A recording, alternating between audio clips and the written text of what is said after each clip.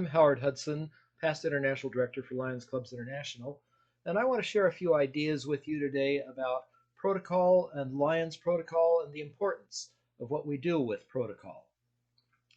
A lot of times when we think of protocol, we think of the introductions that have been made, and people are introduced in the order in which they are, their status with Lions, and then at the end of that recitation, the MC or the individual doing the presentation says, now Lions protocol has been established.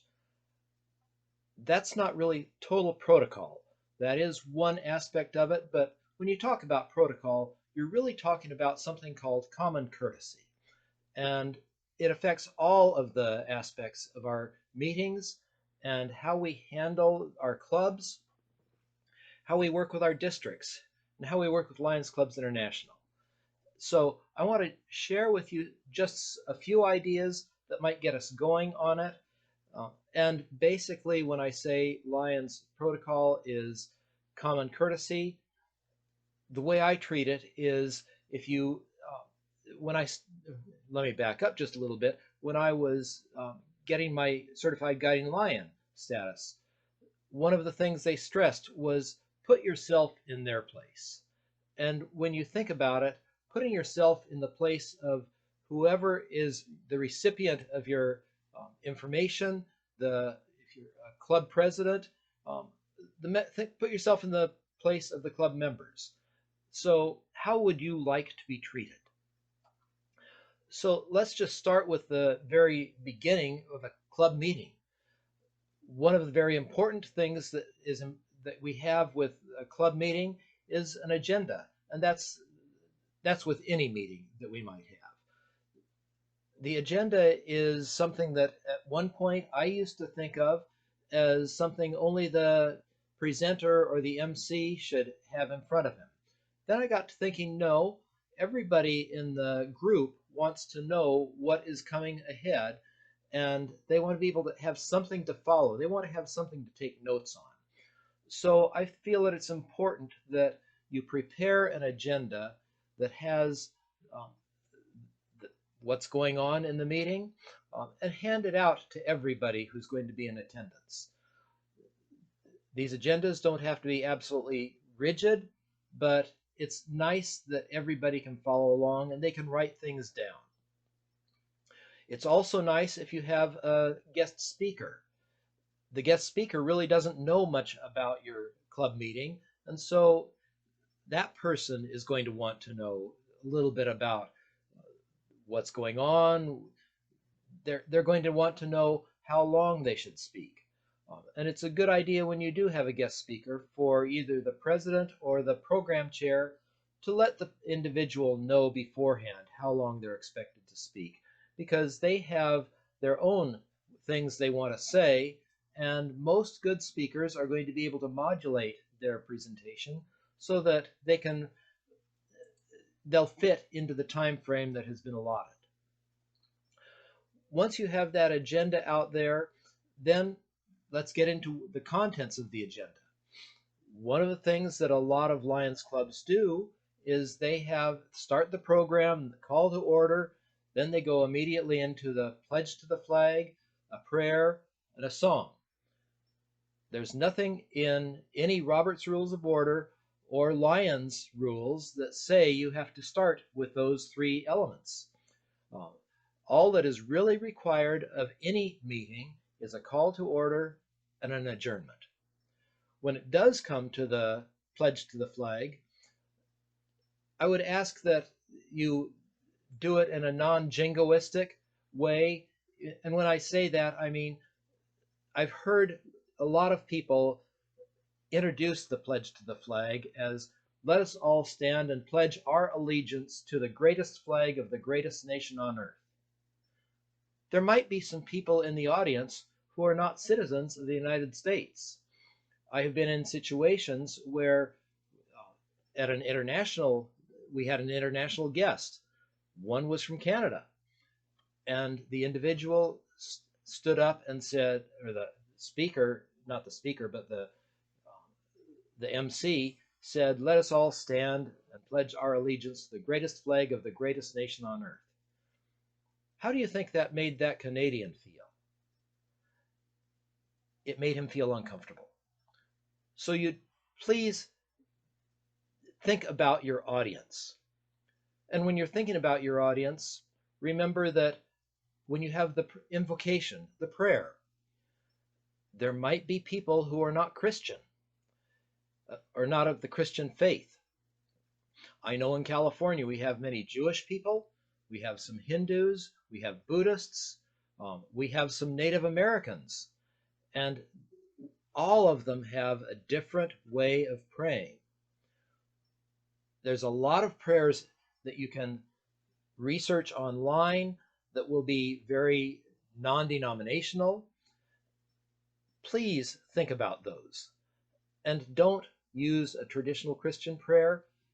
You can use the Christian prayer, but just not in Jesus' name. Uh, I think that that can make other people feel uncomfortable. And when I go back to put yourself in their place, think about what they are thinking at the time when you are putting their religion down. There's no requirement that you have a song.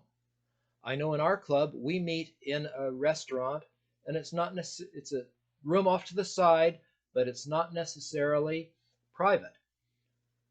Well, to have everybody stand and sing a song in that setting probably isn't appropriate. So please disavow yourselves from the idea that every meeting must start with the pledge, the song, the prayer, and the song. You can get straight into business and do your business. Follow the agenda. Then when we get into the agenda and reports are made, one of the things that I think is very important for everybody to remember is in Lions we use a lot of acronyms. In California we have Lions Project for Canine Companions for Independence. LPCCI is what everyone refers to. Even at the Lions Clubs International level, we have our Lions Clubs International Foundation, LCIF. We have acronyms for the various offices. District Governor is a DG. International Director is an ID. Past International Director is a PID. So think about the people who aren't familiar with the Lions acronyms. Then when we have a Council of Governors meeting, because we do have Council of Governors meetings where all 15 governors from California gather, the acronym that a lot of people use is COG. Now, if the president of the club came back from a council meeting and said, "I just attended a COG where they talked about LCIF and Lions Leadership Institute, or LLI, or ALLI, or ELLI," those are acronyms that a lot of people will understand, but most of your rank and file Lions have no clue what you're talking about. And as soon as you use an acronym that they don't understand, basically you have lost their attention. So be courteous to the people in the audience. Spell out what you mean, at least the first time. Lions Clubs International Foundation or LCIF. Say it that way and you've cleared the air. Council of Governors. That's a little bit iffier, but if you say Council of Governors and I'll refer to it as a COG, that's quite all right. So be cautious in the use of acronyms. When it comes to the treatment of guests, chances are your district governor is going to be visiting your club. It's nice to be able to treat them with courtesy, but also it's a good idea to clear with the governor how many people are coming, how many people are expected to be comped for the meal, if there is a meal. Let them know what the agenda might be in advance, and then let them know how long they're expected to speak. There are sometimes governors who have a long speech and they want to give the whole thing no matter what the situation is. Let the governor know that if he or she really have only 10 minutes, 15 minutes, maybe 20 minutes, that's how long they're expected to speak. Otherwise, if you go on too long, you've probably lost your audience. And that's one of the things that I also suggest to anyone who's a speaker. It's probably best not to go more than about 20 minutes, because 20 minutes is about the length of time people's attention span you can maintain their attention.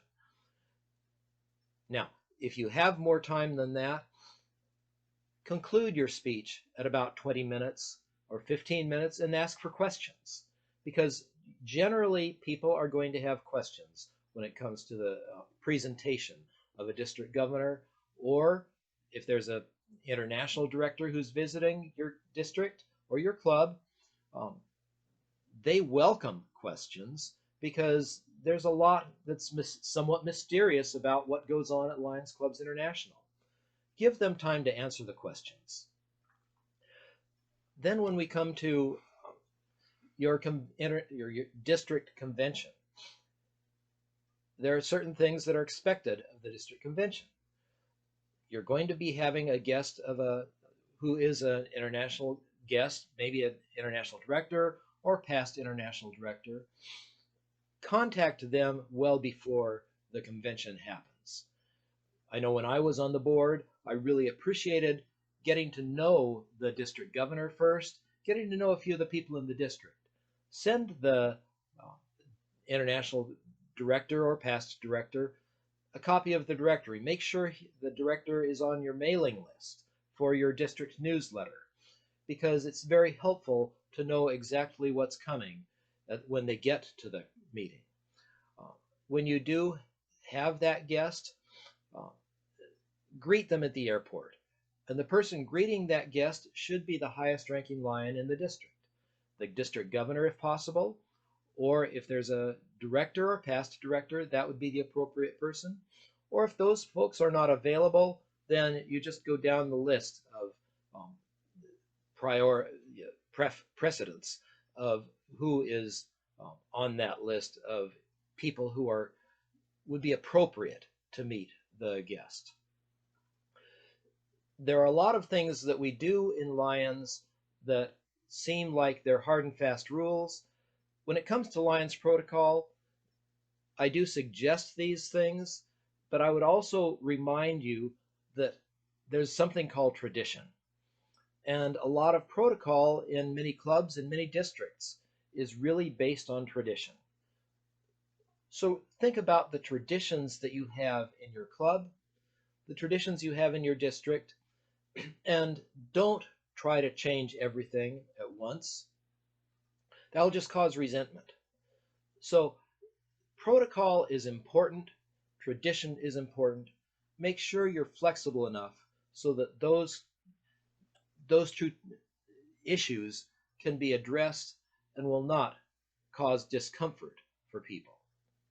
In closing, I would just remind you of that phrase, put yourself in their place. The other phrase that you can use is do unto others as you would have them do unto you. Common courtesy. If you think about those things, you will have protocol mastered. Thank you, and I wish you all the best in your year as club president, as district governor, or as you proceed in all of these. Thank you so much for your time.